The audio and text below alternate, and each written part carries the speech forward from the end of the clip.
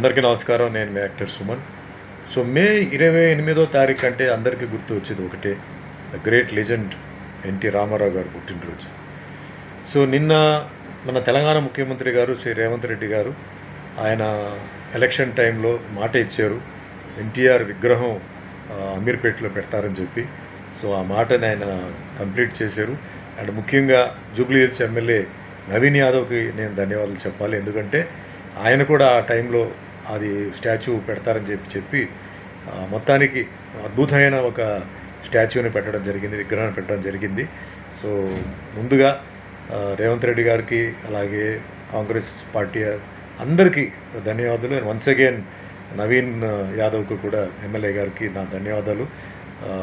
యాక్చువల్గా నేను ఏం ఫీల్ అవుతున్నానంటే, సినిమా ఇండస్ట్రీ హైదరాబాద్కి రావడానికి కారణం ఎవరంటే ఎన్టీఆర్ గారు.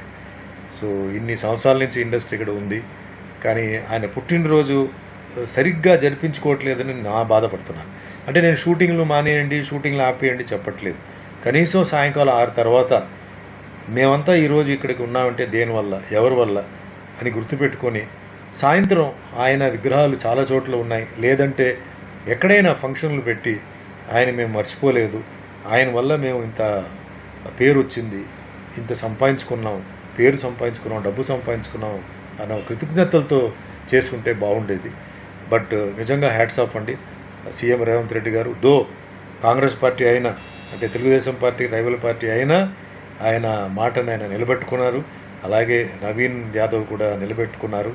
ఇది ఫస్ట్ టైం ఐ థింక్ చరిత్రలో ఇలాంటి విషయం ఒకటి జరుగుతుంది. ఎందుకంటే ఒక రాజకీయ నాయకుడిగా కాకుండా ఒక సినిమా మనిషిగా ఆయన చేసిన సేవలు కానీ, ఇండస్ట్రీకి పేరు తీసుకురావడం కానీ, తెలుగు భాషకి, తెలుగు వాళ్ళకి, అంటే ఒకప్పుడు మద్రాసి అంటే మద్రాసి కాదు, మేము తెలుగు వాళ్ళని చెప్పేసి తెలుగు మనుషుల్ని స్పష్టంగా విడదీసి ప్రపంచానికి ఆయన చెప్పారనమాట.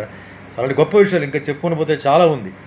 అంటే ₹2 కిలో బియ్యం, కూలివాడు ₹5 సంపాదిస్తాడంటే ₹3 ₹4 బియ్యం తీసుకుంటే ఏం తింటాడని చెప్పి ఆ స్కీమ్ కానీ, చిరిగిపోయిన బట్టలతో మహిళలు ఉంటే మరి వాళ్ళకి ఏంటంటే వస్త్రాలు స్కీమ్ ఒకటి పెట్టడం, ఇంకా చాలా ఉన్నాయి.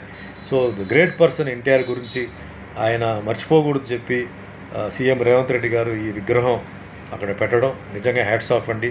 So all the best, good luck, thank you, bye.